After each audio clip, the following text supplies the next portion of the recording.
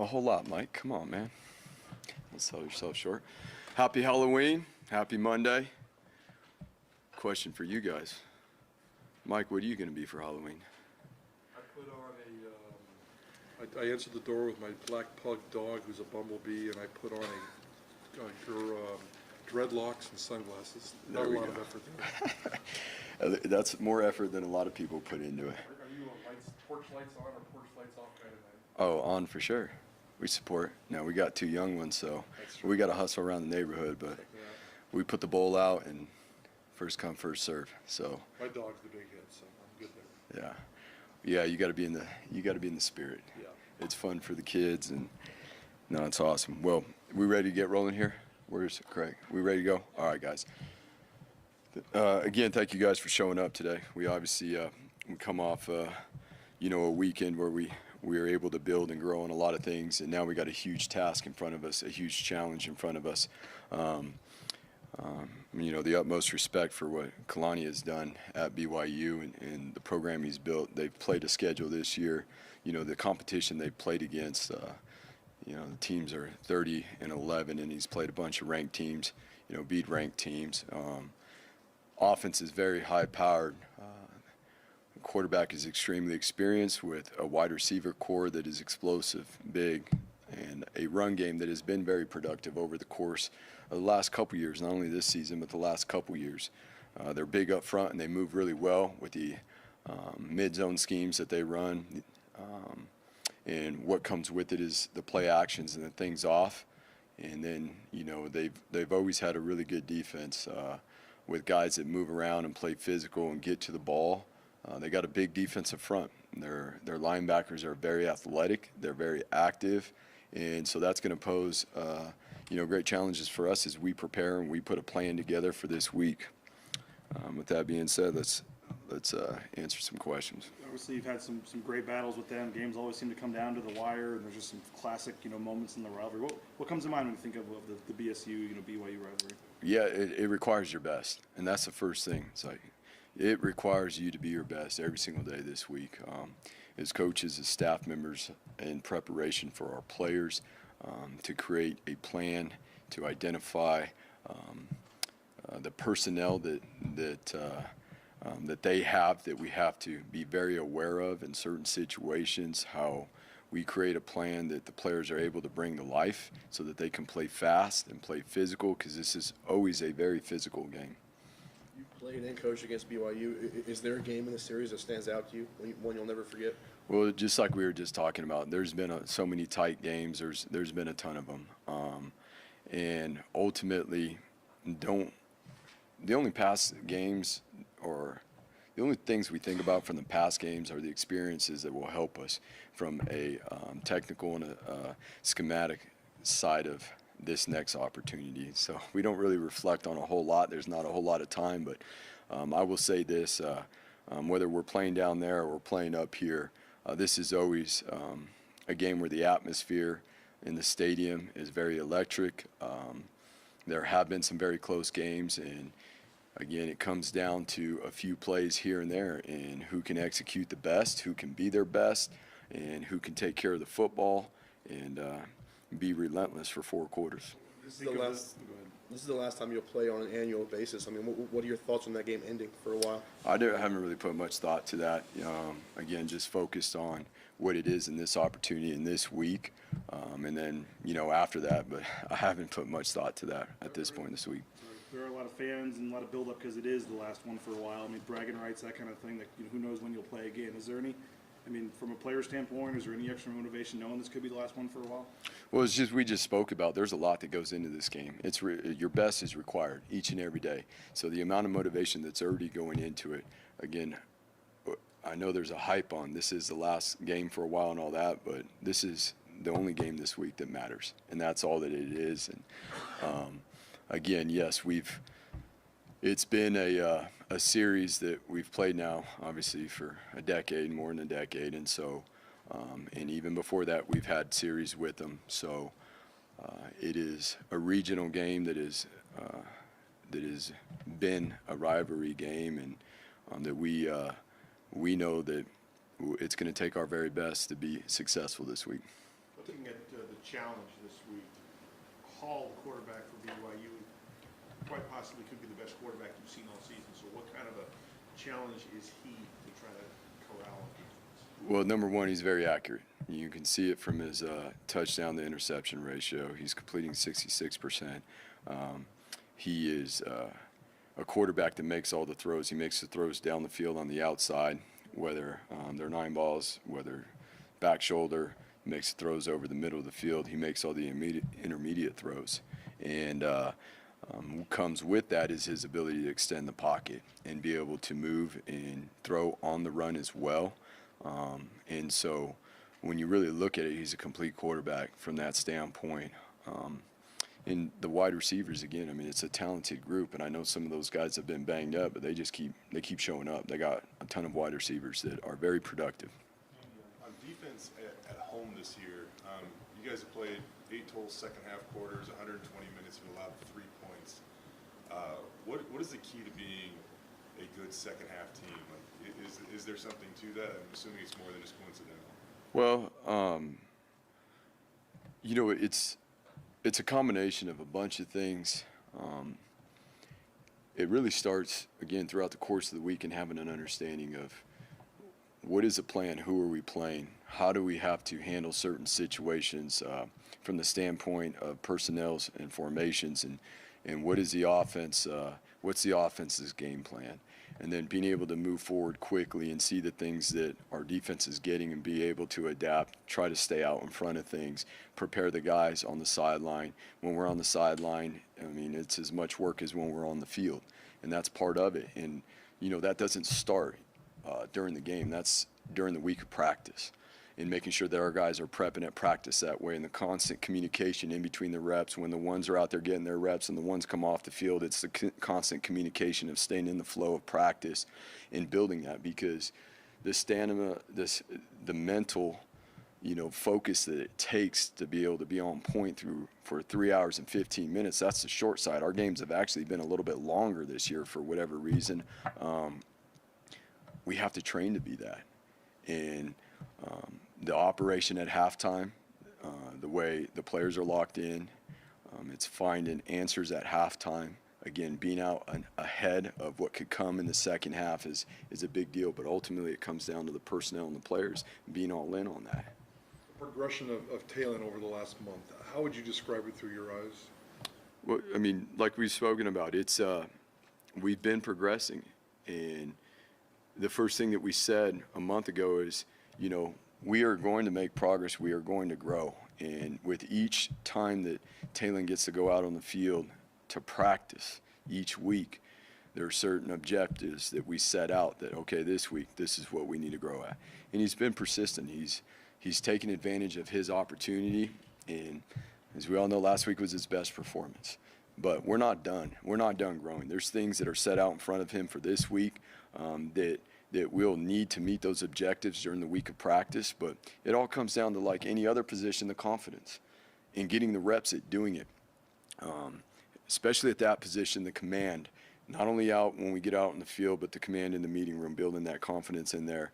Coach Koetter's done a great job with him in continuing to build him, and we'll have to continue that as we go through. But the way he commands the huddle leads to his confidence at the line of scrimmage, leads to his confidence at his decision-making once that ball is snapped. And as we continue to work together, and there's consistent schematics that he gets comfortable with, it's not about what we want or what people want to see. It is about what our players, not only Taylin, but it is about what does our personnel do best. That's football.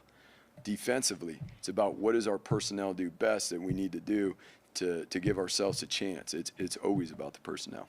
The passing game seemed like, I mean, obviously, in front of our eyes, took a major leap on Saturday night.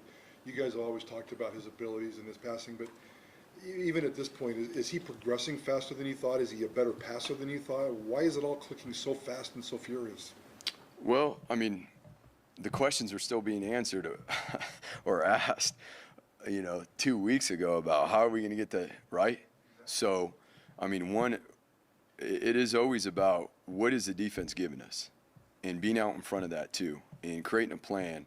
We have a better idea of what defenses are are presenting on a given game day to, you know, if they're given a certain defense to handle the run game, then what does that open up in the pass game, and vice versa.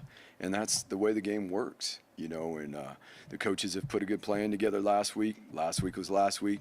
This week is the most important thing, and how do we get ourselves in rhythm this week so that we can be successful. You mentioned the BYU defense. I always think at least getting ready to call the games, they give you a lot of personnel, they change things up a lot. So what kind of challenge is that defense going to present? Well, they are, and they're going to play, you know, they've been primarily a three-man front, but they've mixed in four-down fronts recently. You know, the zone coverages that come with that, they've traditionally been more zone, but they have the ability to change it up and do some other things. Again, how relentless their defense plays has been their strength. How physical they are up front, how they pursue the ball, how they tackle, how they attack the ball.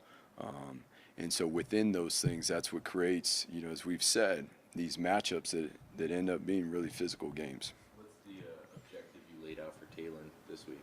Well, today's Monday, and we're working on that. So the biggest thing for us coming out of last week is to be able to operate and really keep ourselves on schedule during the week. How do we take full advantage? And this not only for him, but it's for the whole team. How do we win Tuesday better this week? And that is the biggest objective, not only for him that we've laid out as the game plan is getting built right now, but how do we win Tuesday? If we win Tuesday, we start fast on game day. And what does that look like from last? What are the things that we did well last week in practice that we've had to pick up and do even better this week with our process? Taylin is such a young kid. I'm sure he's an excitable kid. He understands what's gone on in the last month, and he's just his head's got to be buzzing. Mountain West Player of the Week today.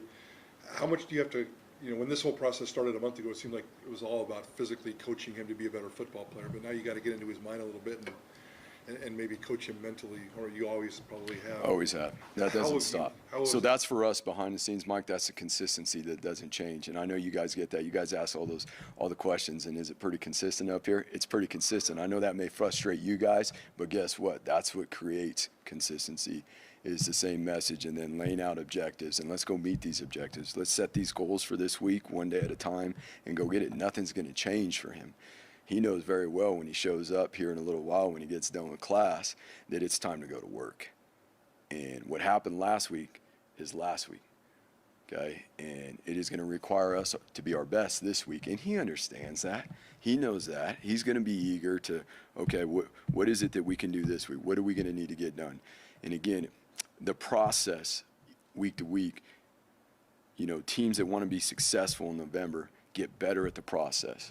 You're either getting better or you're getting worse. There's new objectives. We're talking about the new defensive schemes that we're going to see this week, which is different than what we've seen in the past couple weeks. And so what is it that we have to do in order to be successful?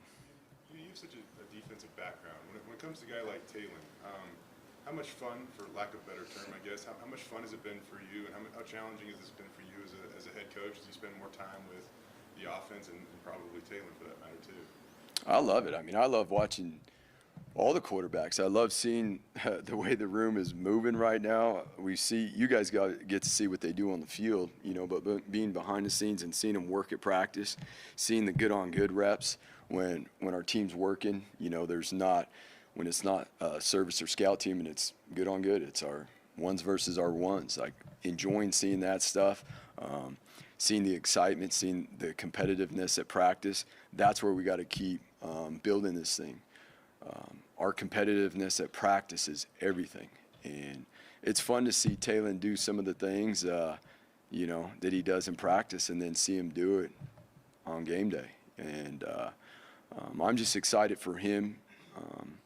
Obviously, as we spoke about, it's about being humble and hungry and staying a certain way and keeping our priorities right here, because at this point, that's all that matters.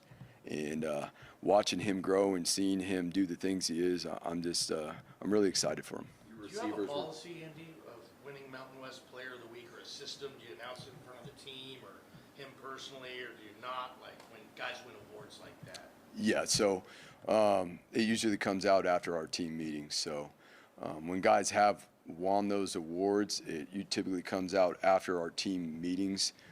When we get together tomorrow morning, the quarterbacks need all the times they need. They're not in here. It is about fundamentals and techniques for the overall team, and then we go straight into special teams, on a Tuesday morning. But we've been fortunate to have some guys.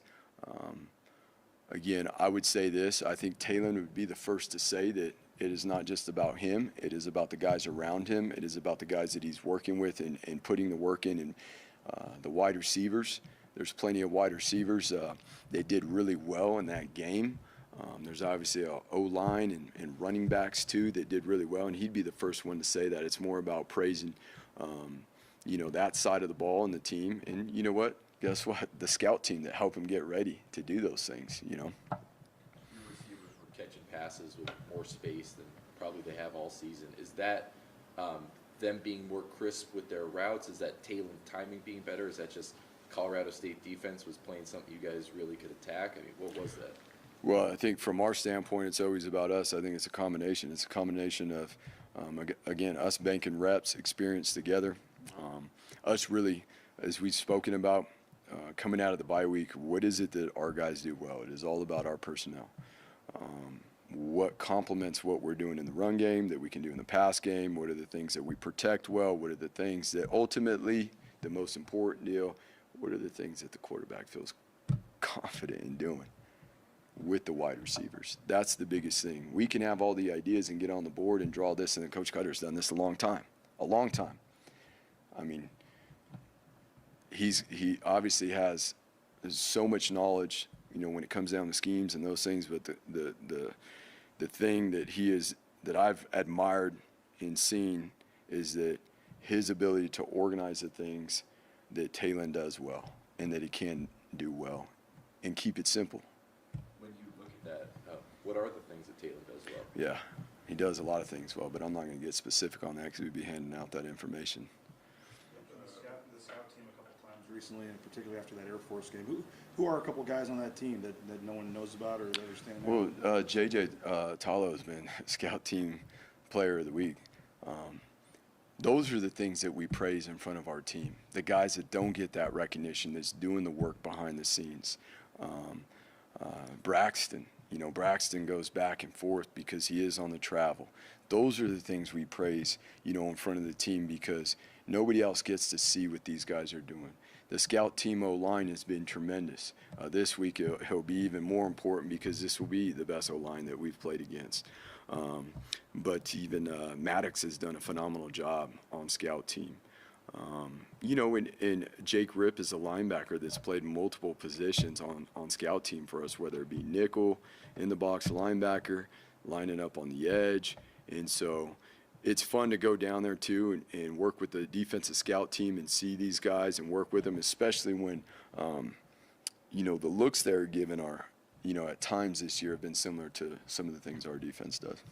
A guy like Caleb Biggers, and I think of all-time great cornerback seasons here, and I think of like Jamar Taylor in 12 and stuff like that. Yeah, Jamara's good, man. How often are teams testing Caleb, and without the mainstream stats that really glorify his meaning to the impact? Is there any way to that you guys measure his impact to the roster? Yeah, I mean, there's a. If you just look at the traditional stats, whether you're looking at, the funniest thing is whether you're looking at the nose guard position or you're looking at the corner position, they can be misleading, and there's two totally different positions. But two positions that are very critical to the success of a defense. And the way Caleb has played, again, it's awesome to see a guy with the humility, okay, and that has the same approach, who is very mature and handles himself in a very professional way each and every day, and is so consistent. The guys that are consistent play consistent, and he doesn't deviate. He doesn't. And obviously when you're playing out there on the outside, you've got to have that next play mentality. And it's just been fun to see him and what he's done, and obviously what we'll need him to continue to do 1 week at a time here. Good. After the game, Billy Bones was talking George, and he said something along the lines of, like, we knew George was going to get, he was applying the training room to get his body right to get back out on the field. We're at game 8 now. How necessary is that, not just for guys like George, but for a lot of guys on the team to being your best on Saturdays? What does that take? Well, we've spoken to the team in depth about that of recent. Everybody's in the same position, okay? Some teams haven't even had a bye week yet, okay? We're going into the last quarter of the season. And in this game, this is a very, not only physically, but mentally demanding game, and that's where it starts. Making those decisions in November that I'm going to take better care of my body. Starts with rest, right? And let's be honest, it's a little bit colder outside. Days are a little bit shorter.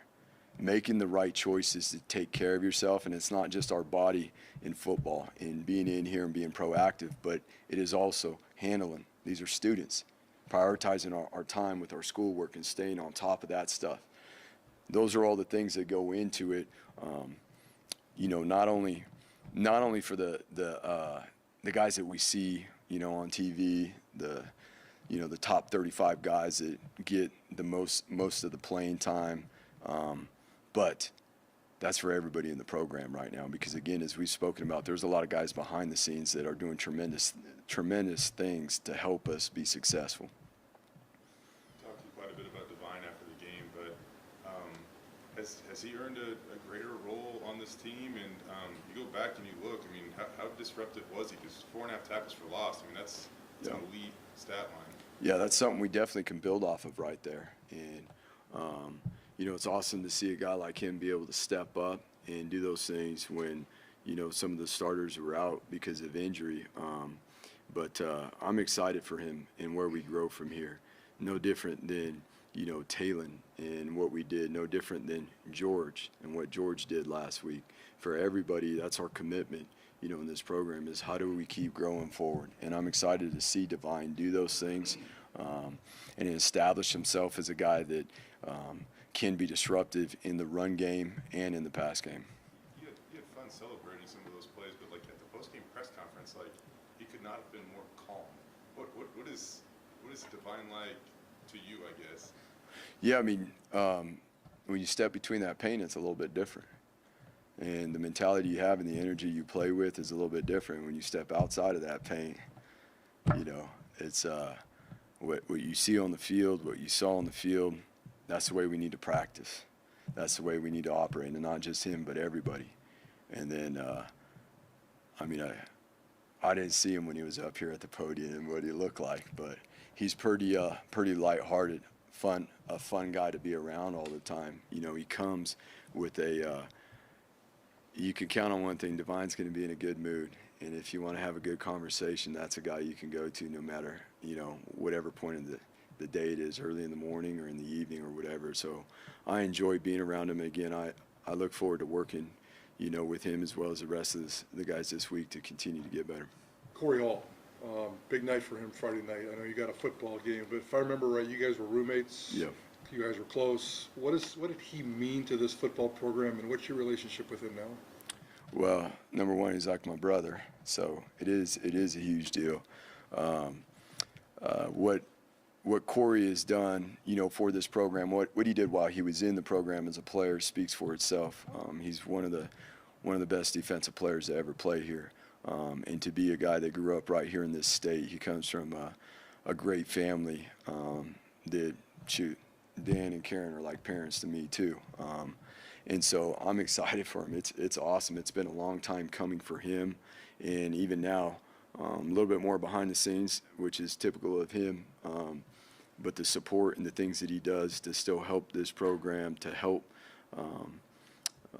players to be, whether it's things that he does from behind the scenes to help this program continue to grow, or even some of our players going and doing internships and, working in the organization that he currently works for, BVA.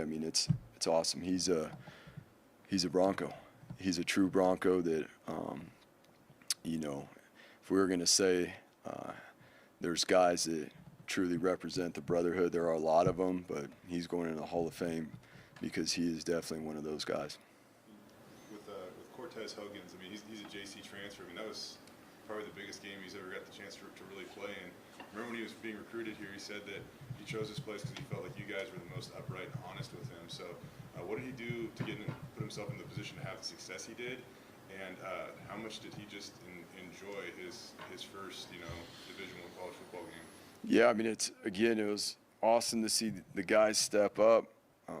We were down a few guys, and he worked really diligently last week to get himself ready for that. And there's still, there's a lot of things that we're going to have to be better at this week, and he knows that. But he did an unbelievable job for his first time stepping in. We adjusted Ahmed and put Ahmed back inside because of the lack of depth we had there last week. So that created the opportunity for him to step up with Dimitri playing over there as well. And we're excited, again, for what he can do going forward. And again, his humility and coming back in here and watching the game with him yesterday, he already knows. He was on it. We were going through the film. This is good. This is good. I need to do this better. I need to do that better. I can do this better. And that is awesome to see. When guys come up in here and they play good, they play well, but they're coming up in here and they already know what it is that they can and they want to work on to be better at. Andy, when guys, I don't know if you're going to comment on this or not, but when they don't want to be here anymore, do you ever try to convince them to stay? You know what? This game's hard enough. This game is hard enough. And in the world we live in today, in certain situations, it's always about being on the same page with communication and all those things. And in the world we live in today, those things are going to happen. And our team has been awesome about moving forward and focusing on, again, what is right in front of us, what is our goal, and what are our opportunities. A month ago, you guys were 2-2. Now you've won 4 straight. You're undefeated in the conference. Where is this team different than it was a month ago? Well, I will say this. It's all the players. It is the players' commitment. It is the players' work ethic. It's their chemistry and how they're working together, how they've committed to each other. And that is the thing that has been awesome to see is how they work, how they support each other. There's been guys step up. We've been able to play, whether at times out of necessity like we're talking about or guys earning roles. And it's been cool to see a bunch of guys get an opportunity to play. It was awesome to see all those guys play at the end of the night this past week. But the thing that, where we're at right now is we're focused on the process each and every week. And we've done a better job of that consistently throughout the month of October. And as we go and we move forward, there are plenty of areas where we can continue to grow with that to be our best, which it will be required. We have a huge challenge this week, and, our team knows that and understands that. And so we'll have to grow some more this week and make sure it always starts with our chemistry, how we're working together. And I know our guys are eager to do that. 6 college football coaches have been fired this year. It's not even November. I'm not going to ask you about Brian Harsin, but as a college football coach, is that a trend that should be concerning to you in your industry? Well, you know what? And again, I'm sorry. I know it's not for whatever reasons, but we're just the amount of time that's in the day and the things that we have. I haven't put much thought to that. I obviously, I'm fortunate for that staff and knowing a lot of those guys, and I feel for those guys and thinking about them. But you know what? It's a very high demand in this game. Every Monday we come in here and we talk about it, right? Every Monday. And in this life, you get to choose, the things you're going to focus on. And you can focus on the things that you can control, the people you can impact in and around you. And ultimately, that's what I think about it.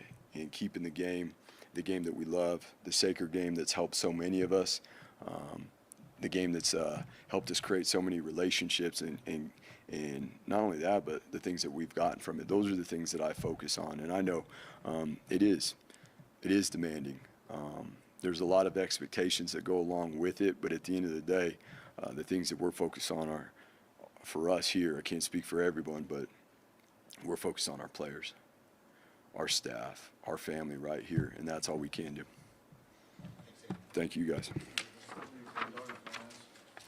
We got the Tin Can Man and Gordon. And the lion. And the dog's the lion. Where's it being filmed at?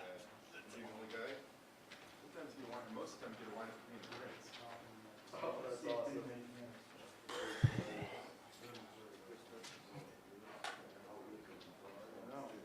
It's like the fifth one that they had one. Trunk or treat at school, at church, at Boy Scouts, at Colonies, and everything.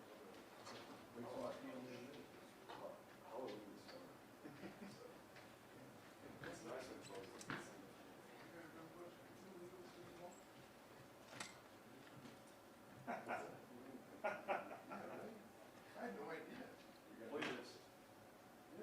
It's illegal to run off the field because he didn't throw the flag till he was already. Yeah, I thought we were gonna do another one. We got the interception on defense. I looked over my shoulder. That was the weirdest. Gotta do better. Gotta do better, Jack. That's the weirdest. Well, I just had the no ti- idea. It was just the timing of it. If you wanted to throw it right away for spinning the ball, that's one thing. But he literally waited until he was running off and looked at the other ref and was like, Okay, alright. yep. I thought that, I could, I was when I saw Riley after the game, he was like, I had no idea I could do that. And I was like, neither did I. I think it was like the fact that he wouldn't, because he did that and they lifted him up and he just wouldn't leave right away. He was kind of just, because that's what the guy looked at the other ref like. It was, I feel like it was zero more celebratory than, he ran into a wall, he comes back, he sees they actually ruled it a touchdown. He spins the ball, they lift them up, they run off the field. I'm just saying he didn't actually throw the flags and he was running off. Yeah, He looked at the other ref, he's like, alright. It was the ball spin, though, right? I don't think it was, that's what I'm saying. It was just a delay, like, but that's why He said it was. Yeah, you can't do that. It's like spiking. He's like, I'm spinning the ball. That's acceleration, that's a prop. You So can't like, do that. my intern Jaden, like, literally was standing right there and the video shows like, two refs look at each other. This moment. He's already running off the That's field saying and then they decided to put That's it a back lot. 10 seconds later. It was like, Hey, what do you, what's the? throw it or don't? I I don't think that was it, because they waited until after, then he got lifted up by John Juku, and he was doing something else like the crowd. That's right. Also. Looked like he was doing something else to the crowd. I don't know. Yeah. Do you guys dress up too when you go out one of those? We're not, but I'm actually kind of regretting it. I usually do, I'm disappointed. Yeah, BJ does it. Yeah. It's I fun. told my wife next year, I was like, we gotta do it, because it's gonna be so many years where we can. Seriously. So, The first year, 8 Naismith- years, they're not gonna want you to go with them. Exactly. well, the first year Naismith like was kind of scared, so it's like, oh, we'll do it, it'll be fun. We'll just Yeah, all everybody go out dresses together up. and do it. Yeah. What's up, guys? Happy Halloween, Coach. Happy Halloween. Yes. Happy Halloween. What you guys got planned for Halloween? Candy. There you go. Watch Good. sports. Yeah. All good stuff. All good stuff. Well, Spencer, what did you see out of Divine over the weekend, and where have you seen him grow the most this year? Yeah, it was just really cool to see him step up, and he's been working his tail off. Coach Miley's done a great job with him, and seeing him keep working, obviously not playing as much when Scotty's in there, but seeing him keep working. And last week obviously challenged him with being able to start the game and talking about the standard with which we play with, and him going out there and doing what he did, and obviously still a lot of growth from him. But he's a very talented player. He's got a great skill set. Then it's just him doing that consistently from practice to the game. And so seeing him do that on Saturday night was awesome to see. He deserves it. He looks more explosive this year. He said after the game that he's lost a few pounds. Was that something he did on his own, or something you guys as a staff talked to him about? Yeah, it's all about for us from a weight standpoint for our players is, okay, what is the obviously, so at some point you need a weight to be able to play the position, but then what is the ideal weight for that individual? What can they play fast at? What can they be very explosive at? And so Coach Kagan and his staff did a great job with Divine from transform his body to where he is very explosive. He can move, he can strike, and finding that right weight for him to where he can also play multiple plays and not get gassed too early. And so it's been cool to see him grow, and obviously he had a really good summer, and it's obviously paying off for him. Can you tell us about his demeanor, his attitude? I mean, on the field, like, he looked like he was having a good time. We talked to him after the game. He couldn't have been more relaxed, almost like lackadaisical, and when he was talking to us. Yeah. No, I mean, Divine's a very chill guy, laid back, always smiling. He's a guy that our players love to be around. He's part of the crew. He's that guy. He's always has a just has a good vibe about himself. And like I say, he's one of the favorite guys in the locker room for our players to be around. And he is that guy that it's just him doing consistently, but he can, when he goes in the field, obviously flip that switch to where he can play very relentlessly. It's just for like anybody, any player, it's doing that consistently and seeing him do that on Saturday. Obviously, still a lot of things even from him in the game to grow in, but it was just awesome for him, knowing the work he's put in, knowing obviously I recruited him from junior college, seeing him come here and continue to grow year after year and be able to step up in a big way for our team was awesome to see. And so it's just he was all smiles at the game, and he deserves it. He worked his tail off, and we challenged him that week that, what was going to be needed of him, and he stepped up. We saw, last week was tough for your edge position. You lose one guy, I guess another.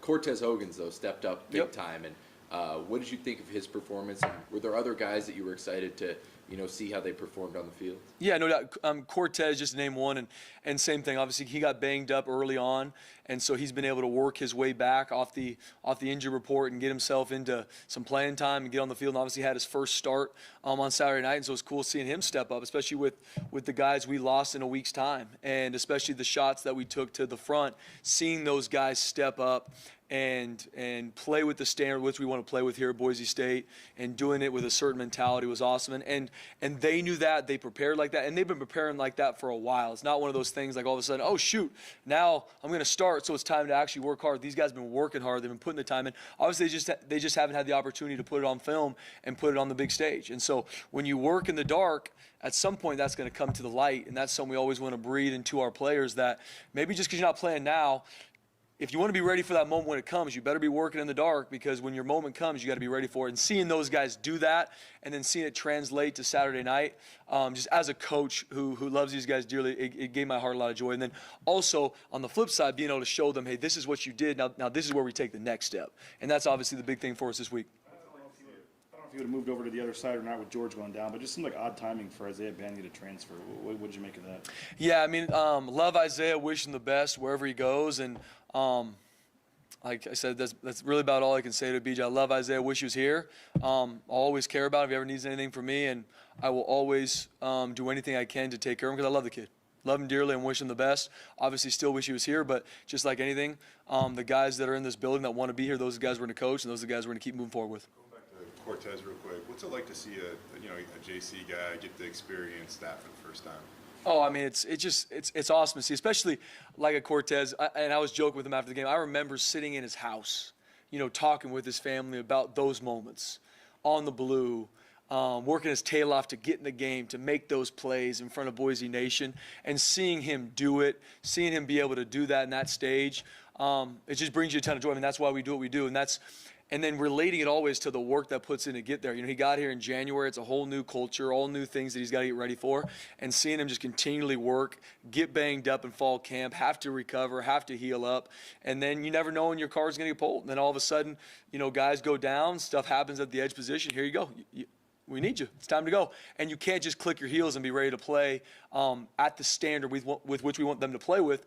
You have to be working that consistently. It was cool to see him do that. And then, like I said, it's great when you can do that and still have a lot that we can grow in and clean up, to where you can leave a game where we did some good stuff, but still like, hey guys, this needs to improve, and especially for those guys individually, they can take the good, but also, hey guys, this is where we need to take a big step. What do you make? What's the first thing you think of when you think Boise State BYU?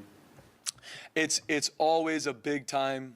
It's just a big time game. It's a game that I know our players look forward to, because it's just that matchup. I don't know if I want to use the term rivalry or not, but every single year, if they're playing here or we're playing at their place, it's a game that we're very excited for. We obviously have a ton of respect for what they do, ton of respect for their players, their coaching staff, and we know they're going to be ready, and we're going to work our tails off for us to be ready. But every year we know it's going to be an absolute battle. You look over the years, even this will be the 6th time I've played them, and every year it's an absolute battle, and every year they're ready to go and we're ready to go, and it's going to be an absolute dogfight. Is there a player that comes to mind? Was David Moa, or with the blocked kick, or maybe there's some guys before you, but is there any moments or plays or players that stand out? Oh man, every year there's certain plays that's stand out to you. In 2018 we were able to get the stand on the goal line, with seconds expiring, and in 2019 they hit a couple trick plays on us in the low red zone to win the game, and they did a great job finishing that game out at home. And then in 2020 they absolutely just kicked the dog out of us on the blue.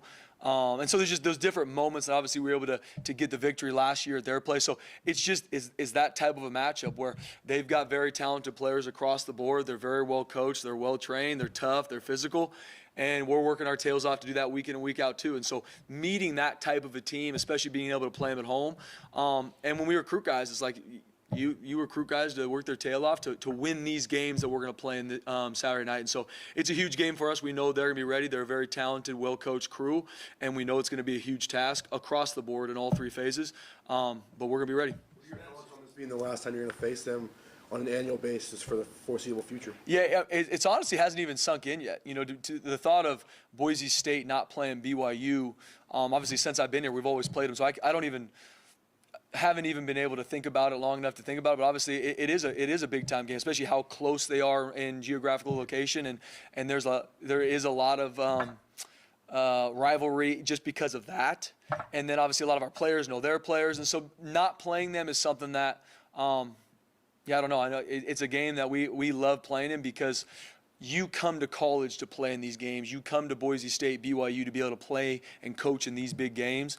And so it's definitely a team that we're excited to play this weekend. And I hope in years to come that we can find a way to at least be able to play them as the years go through. Spencer, Taylin Green, Offensive Player of the Week in the league and Freshman of the Week. I know you're on the defensive side of the ball, but he's kind of morphing into like the face of this program. Yeah. And I think if everything works out, he will be the face of this program. But what do you see as the defensive coordinator, him in the building, kind of accepting, seems like all this stuff that's going to be thrown in his direction? What impresses you about Taylin? Man, Taylin Green is one of the best kids you'll be around. In the off season, he goes to the same church me and my wife go to, so we'll see him at church. He's hanging out with kids. He's a great kid. And just like a lot of these guys we're talking about, before obviously him being pinned the starting quarterback, he works his absolute tail off. I mean, it's in the wintertime.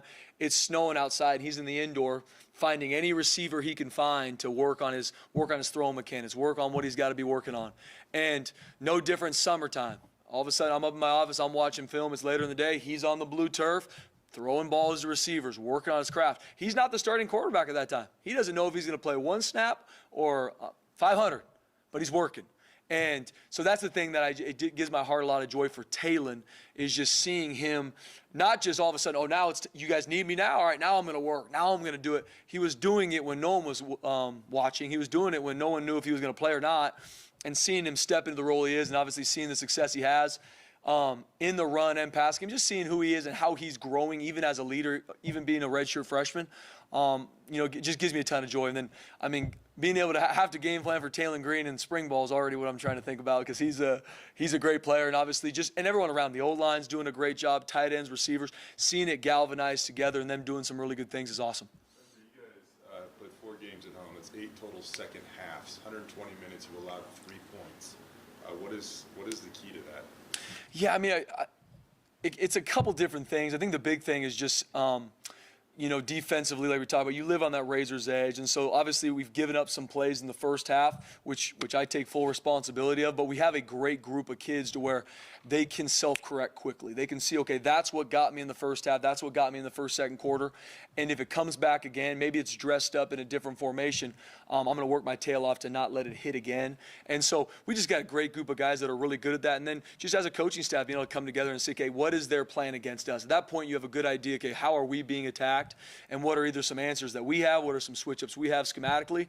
But more than anything, it's our players being able to react and make plays. And our defense right now is playing extremely hard, not perfect. There's a lot of things in the Colorado State game, from explosive plays to different things that we gave up that we shouldn't. And it starts with me putting them in good spots. But our guys are playing hard.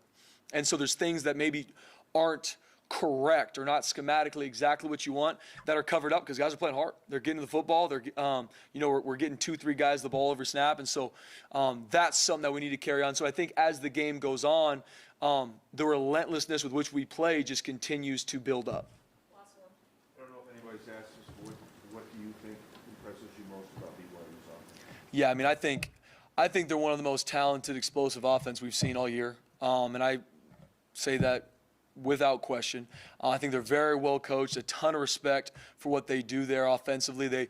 Every year we play them, they're an offense that you know is going to look at what's hurt us in the past, and they're going to find ways to dress it up different and attack us on Saturday night. So they do that really well.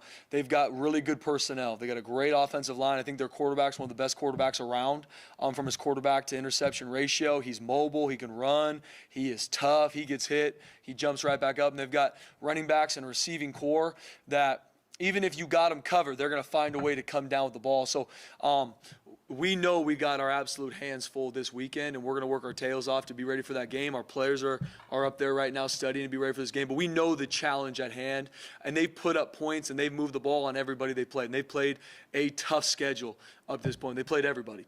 And so we know that we're ready for that challenge, but we obviously play in a very talented, well-coached, explosive offense, and our guys are going to work their tails off to be ready for that moment. Thanks, guys. Appreciate it.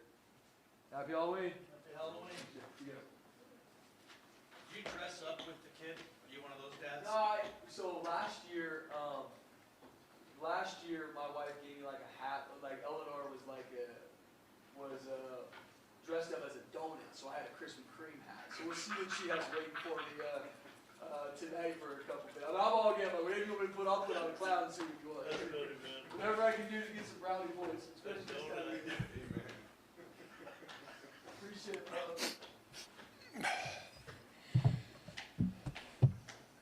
I'm sure Dirk Koetter's worried about his Halloween costume. I got mine on right now. Yeah. More ways than one. Coach, ready? 9 players caught passes. Is that by design for you? Are you trying to do that, or is this kid just finding multiple guys? I mean, you don't have a Mike Evans, I get it, but like focusing on one guy. What was the scheme behind that? 9 different players catching balls. Taylin just did a really good job of going through his progressions and getting to the open guy. I mean, that's really as simple as that.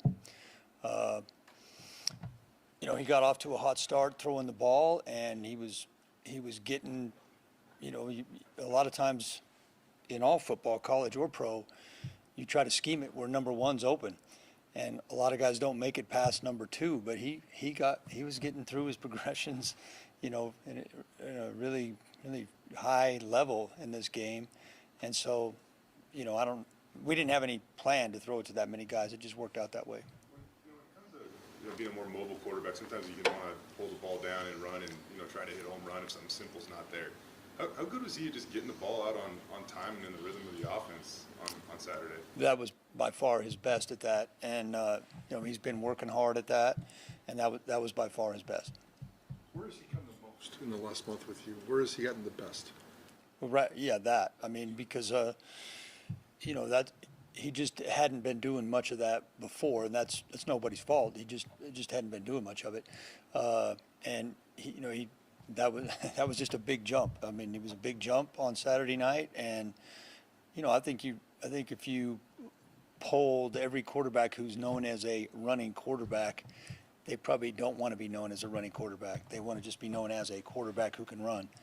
And, Taylin probably is no exception, but that's a question for him. Not just the progressions, but also just using his legs to just keep the play alive and wait, and then we'd see the open receivers coming across the middle after a while. I mean, how much does that benefit of what he can do too? Or like Mike's saying, he doesn't just take off; he's willing to wait, even if he has to move a little bit and just find somebody open. That's one thing he has done from the get-go. Go clear back to the Oregon State game. He does do a good job of keeping his eyes downfield when he's in a scramble type situation. So that's something that he had when he came from high school, or he had that from somewhere because he already had that. And you can see it on the Oregon State tape. What's the key of getting a quarterback's timing down with his receivers? Working on it. I mean, it's really not that complicated. Like, your routes are either based on depth by yards or by steps, and the quarterback's footwork, whether it's in drop back or whether it's play action, whether it's boot, your quarterback's footwork has to be tied into the depth of your receivers, and that's a lot of guys just takes them a little while to figure that out. That, I mean, if you're late, you either got to speed up your feet or take less steps. I mean, that's not brain surgery. also run. I mean, you look back, he was 5 of 10 for 48 yards in his first start. I mean, just to see the 4 weeks and the progression that he's made. I mean, is he a quarterback who can run already? Well, we'll see. Time will tell. I mean, the time will tell. So, Taylin played great. I mean, he's deserving every ounce of credit that he's getting because he played great in that game. And I told Craig right when we walked off the field, I said that guy will be Mountain West Player of the Week for that performance. He deserves everything he's getting. And the second he and I hit the locker room, the first thing we started talking about is now that you've done it, you got to be able to do it more than once. And he's awesome about stuff like that. You've been around enough quarterbacks to know that, you might have a sense of do you get the sense that something special is brewing with this kid as a college athlete and a college career that he could possibly have? Do you feel something different here? He's an awesome kid. I mean, he wants to learn. Obviously a freakish athlete and plenty of arm talent. The run that he made alone, his touchdown run was was just a crazy highlight play for a 10-yard run. He even faked our guys out that were supposed to be blocking for him. But yeah, I mean, he's doing great right now. And but consistency is the key, and teams are definitely trying to stop him. Colorado State had a different plan than the previous teams that we've seen. And BYU, I'm sure, will have a different plan, based on how BYU's played other running quarterbacks. They go about it a little different way. So, when you do have that threat, you're going to see multiple looks on the edge. You obviously like the McAllister kid. He keeps playing and playing better. Just continuing, what's impressing you, and expect to see more of him? He's a playmaker. He's a playmaker. I mean, you notice it in practice. He's the guy goes up and gets the ball, 50-50 balls, and I mean, he's got size, and there's definitely a little bit of a knack for doing that. Not everybody can do that, go up and get 50-50 balls. Some of it has to do with size. Some of it has to do with the ability to concentrate in traffic, and he's pretty good at that. Every now and then we tweet about you, and Maurice Jones-Drew will comment on something on Twitter. Have you heard from him at all? And I think he called it God's play. Yeah. What is that? Some of the players were telling me, I did not see it, but some of the players were telling me about it. So I think when we were in Jacksonville, we only had 2 plays, power and ISO. Power was strong side straight downhill, and ISO was open side straight downhill. And Kennedy Palomalu was our running back coach at the time. Andy Heck, who's with the Chiefs now, Mike Tice, that was our offensive staff. And we ran power about a zillion times a game, and Coach Palomalu started calling it God's play. Maurice, when he would come off, he would either be calling for God's play or ISO. Run God's play, run ISO. And so the players were telling me, we actually did run it a couple times the other night. We ran it from an unbalanced look. So Maurice probably didn't recognize it because we weren't in the straight I formation the way we used to do it. Who's George Kalani remind you? I mean, last couple weeks ago you compared Ashton to Maurice. Yeah, George played a really good game. The 100, 108 or whatever he had. When you look at the all 22, those plays weren't all blocked perfectly. George was making guys miss left and right. And our offense is going to be way better when George is in there. And, him and Ashton, nice 1-2 punch. And then Fato comes in there, and he can do it too, man. He's a good runner. George is a good mix because when I first started hanging around here, I thought George was going to be a good third down back in the NFL because he can block. He's good in the pass game. He's good in the screen game. That was a really nice swing screen that he split to start that 2-minute drive. But George is a good runner. George runs with more power than I first thought. I mean, he has some good power runs. Can definitely make guys miss. So I'm not sure who. He reminds me of a good George Kalani. It was a tough comp. That's why. Yeah, it is tough.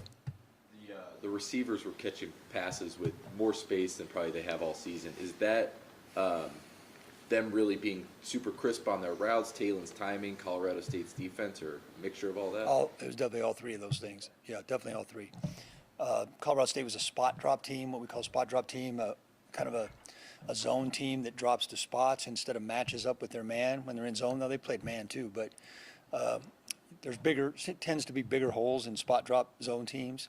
A lot of defenses are going away from that now and playing matchup zone like the Broncos defense does. So it's a combination of all three of those. What do you see as the biggest challenge your offense will face in this BYU? Their size, their size. BYU has excellent size, and you know, when they hit you, they hit you. There's some impressive hits. It'll be another physical game, and I know BYU prides himself on that aspect of their game. So I just think that you know, it's a different animal. Colorado State was a little bit smaller, and maybe a little bit more juice on the edge. BYU's more of a power front with big guys. They're all 6'5", 6'6", 275 to 290 up front.